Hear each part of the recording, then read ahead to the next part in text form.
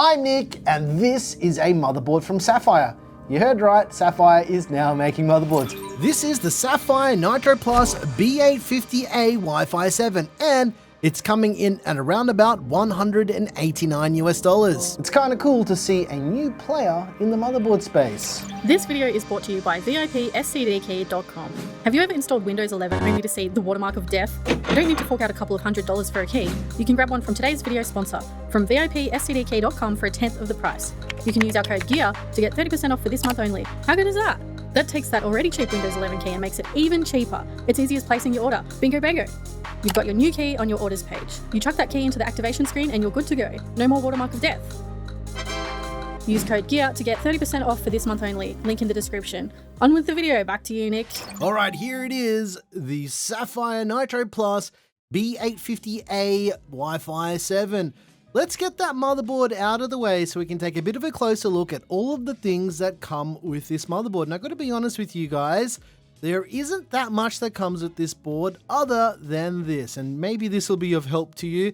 This is the user and installation guide. It is like a novel, like a Harry Potter novel, which is kind of a good thing because it shows you absolutely everything that you're going to need to get up and running with this brand new board from Sapphire. There's also an included antenna for the built-in Wi-Fi 7 with this board, and a set of SATA or SATA cables for your 2.5-inch SSDs or those 3.5-inch hard disks, or as I like to call them, spinning Rust drives. All right, it's time to unsheath the B850A Wi-Fi 7 from Sapphire and take a little bit of a closer look at all of the things on this board. And I gotta say, right from the jump, this is a gorgeous looking motherboard. On the bottom edge of the board, there's a front panel audio header, there's a 3-pin 5-volt addressable RGB header, there's a PWM fan header, there's a serial port header just in case you wanted to feel a little bit old school and you wanted to plug in a modem for some reason,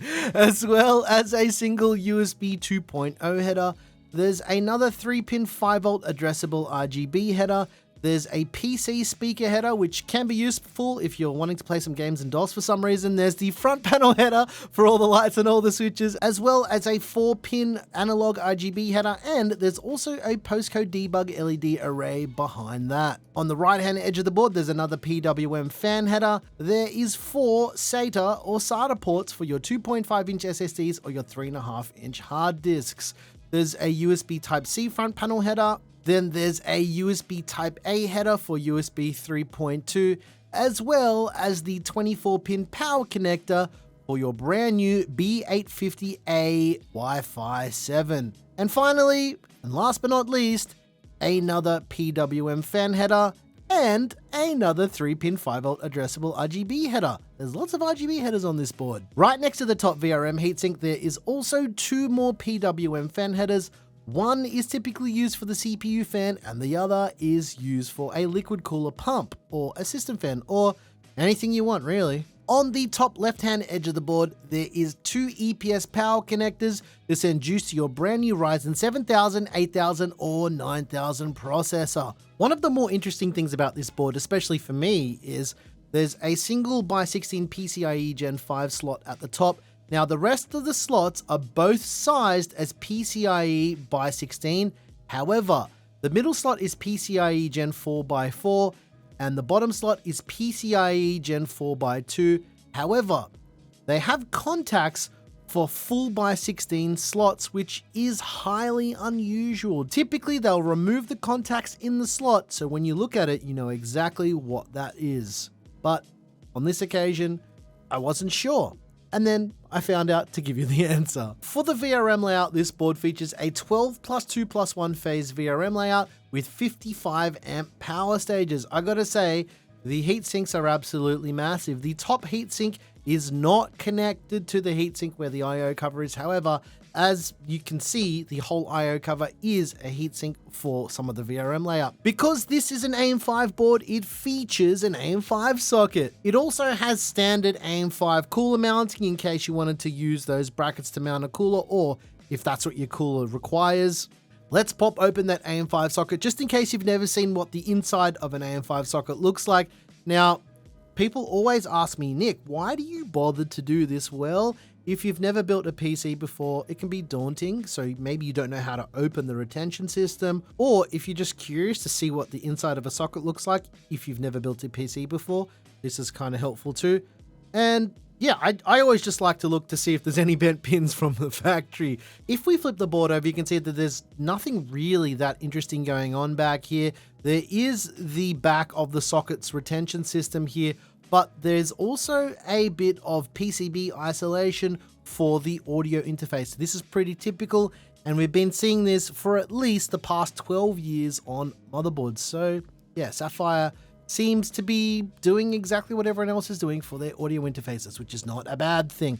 As for the memory compatibility, the B850A Wi-Fi 7 supports up to 256 gigs of memory in total at 8,000 megatransfers. As I always say, guys, that is a specification, not a recommendation. I don't know why I sung that, but yeah, you get the idea, guys. Just because it supports 256 gigs of RAM does not mean you'll be able to run it at 8,000 megatransfers. As for storage, there are 3 M.2 slots and there's 6 screws to take the heat sinks off. Yep, you heard that right, 6 screws, but they're also captive screws, so that's kind of nice. And once we pull the heat sinks off, it gives us access to those 3 slots. So as for M.2 slots, we've got a single PCIe Gen 5 M.2 slot and 2 PCIe Gen 4x4 M.2 slots. We also have this. This is one of the thermal pads. Look at it go. It looks ridiculous. I love it. It's kind of fun to play with. Well, you know what they say about 2 shakes and 3 shakes, right? The saving grace with the M.2 slots on this board is the fact that they do have quick release clips. I wanted to test out an M.2 drive with a heatsink built in, and it seems to work without a problem. This can sometimes be a bit of a problem with drives with massive heatsinks on them with these quick release systems, but I'm happy to report the B850A Wi-Fi 7 does not have this issue whatsoever. So out comes the drive. For rear I/O, there's DisplayPort, there's an HDMI 2.1 port, there's an activity light for the BIOS updating. There's also a USB 3.2 Gen 2 port that you would use to plug in your USB stick to update the BIOS. There's a USB Type-C port. There's 4 USB 2.0 ports. There's 2.5 gigabit Ethernet, some more USB Type-A ports. These are USB 3.2 Gen 2, whatever speed that is. There's the antenna connectors for the built-in Wi-Fi 7, and something that we don't see that often anymore, a full analog 3.5mm audio interface with surround sound. So we've got connections for side speakers, rear speakers, the sub, there's line in, line out, and also a microphone input with an integrated I/O shield. But I want to take a little bit of a look at the BIOS, considering, much like me, you guys have probably never seen the BIOS for a Sapphire board. All right, here is the Sapphire Core BIOS. This is the interface that they're using for all of their new motherboards. I gotta say, from the jump, this looks very similar to an MSI BIOS. I wonder if there's some more behind that. Maybe not, but maybe just a coincidence. So first of all, you'll notice that it shows the name of the CPU, and interestingly enough, it shows the core count and the thread count. I kind of like that. Not all BIOSes do that, and it's good to see that being kind of a thing. Maybe you don't care, but yeah, I actually care about that because sometimes I can't remember. On the main dashboard, we have some quick settings, which they call quick set. You can turn on PBO, you can just toggle that on and off. You've got XMP/Expo toggle, which is quite nice. You've got some power management stuff and also resizable bar. You then have the performance profile. You can do silence, Sapphire default, or performance. I'm guessing these are just factory overclocks. Silence is good because I don't like my computers making sound. You have some memory information as well. It shows the 2 DIMMs that I put in here, as well as some fan profile settings. So again, this is looking a lot like MSI's BIOS when it comes to tuning some of the fan curves. Kind of like a mix between Gigabyte and MSI, to be honest. And this is not terrible. This looks pretty good. There's also a favorites page here. This is kind of what Gigabyte does with their BIOS. But if we click advanced, we're seeing what we see with most other BIOSes. So we can change the virtualization mode. We can turn on IMMU. There's turbo mode enabled as well, resizable bar support. There's SAM support. You want to turn on your serial port for some reason to use your modem? You can do that. PCI bifurcation as well. Really nice to see that this is not hidden behind some obscure menu. right here. You could change it to by 4x4x4x4x4 if you're wanting to use a storage card, or, you know, this is actually quite nice. You can select the maximum PCIe link speed, which is pretty normal. And I've got to say, like, just right from the beginning, this is just very easy to navigate. On the storage tab here, obviously I've got no drives. We're basically just going through the BIOS. You've got some power management stuff here as well. You've got TPM settings. This is going to be very helpful for games like Black Ops 7 and Battlefield 6. It's nice that this is right here, as well as some other security things here to enable secure boot.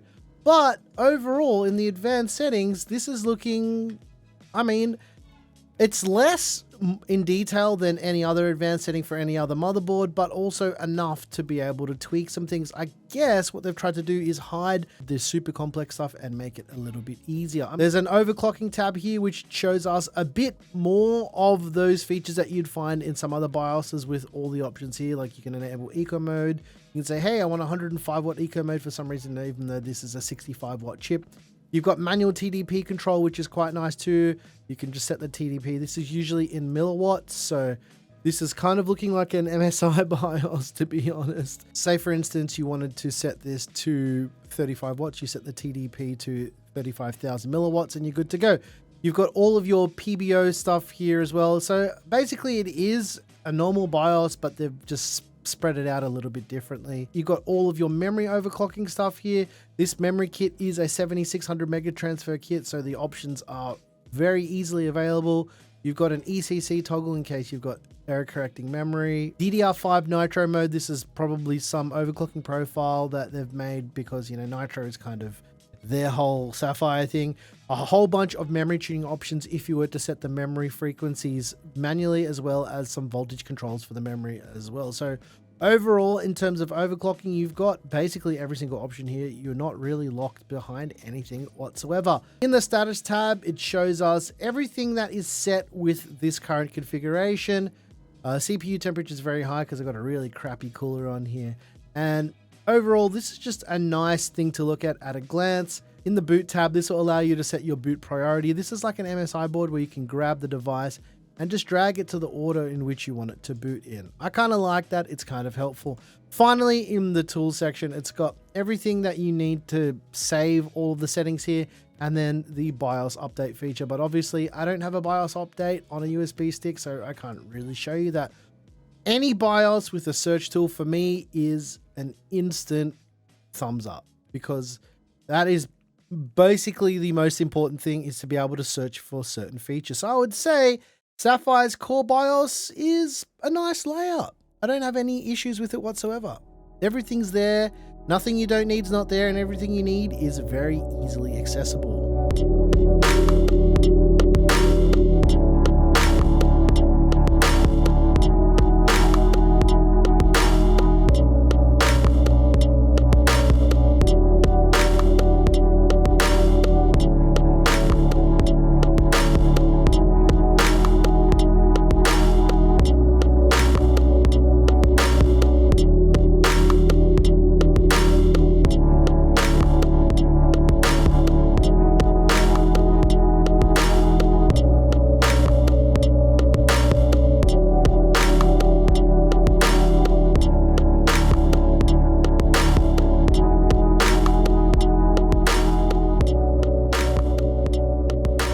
This board's design is kind of the design that really appeals to me, well, from a visual standpoint.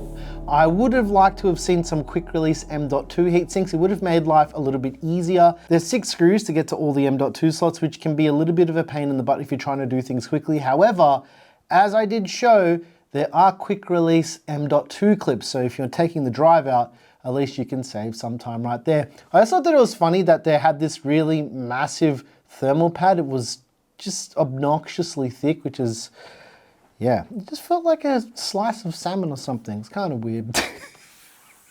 I could have said something way more offensive, but we won't do that. Going back to the design of this board from a technical standpoint, I find it interesting that they decided to put 3x16 PCIe slots on the board.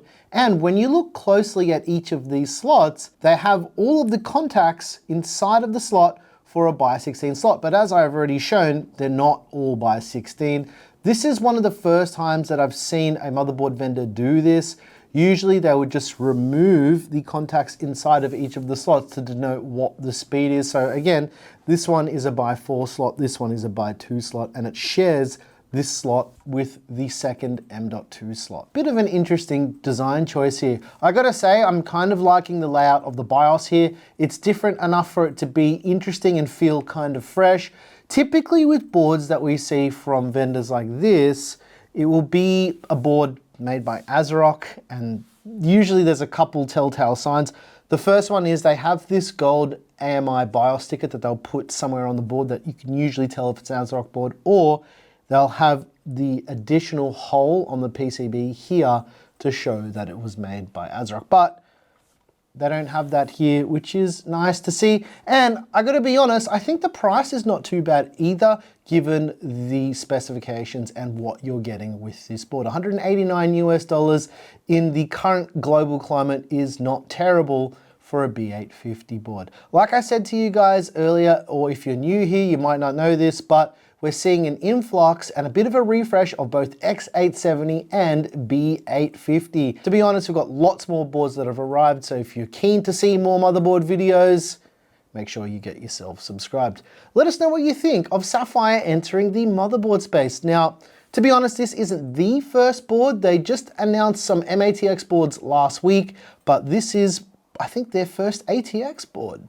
Very, very cool to see.